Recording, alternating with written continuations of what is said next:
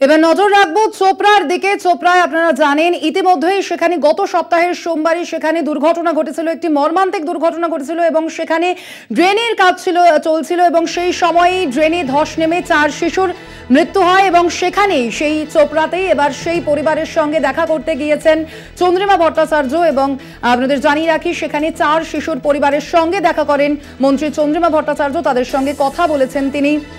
BSF এর বিরুদ্ধে গাফিলতির অভিযোগ তোলা হয়েছে, তিনি কি বলেছেন সে সম্পর্কে অবশ্যই সে সম্পর্কে আমরা জানবো, এ বিষয়ে আরো বিস্তারিত জানবো। ফোন লাইনে রয়েছেন প্রতিনিধি বিক্রমাদিত্য বিশ্বাস। বিক্রমাদিত্য, মূলত আজকে চন্দ্রিমা ভট্টাচার্য কাদের সঙ্গে কথা বললেন এবং কি অভিযোগ রয়েছে তিনি কি বললেন?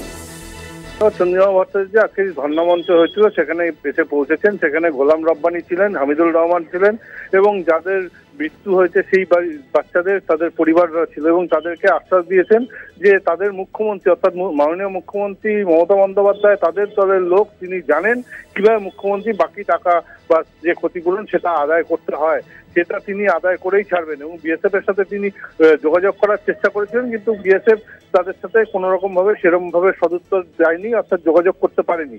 এবং তিনি এও বলেছেন যে রাজ্যপাল আসবেন, হয়তো যদি রাজ্যপাল আসেন তো রাজ্যপাল সন্দেশখালিতে যান, তারপরে এখানে আসুন, যেখানে যেখানে যাওয়া উচিত সেখানে সেখানে যান, তাতে তাদের কোনো অসুবিধা নেই। তবে এই বাচ্চাদের যে ক্ষতিপূরণ, যে ক্ষতি হয়েছে সে অপূরণীয় ক্ষতির তো পুরো ক্ষতিপূরণ উদ্ধার করা সম্ভব না, তাও তাদের বিক্রমাদিত্য ধন্যবাদ তোমাকে।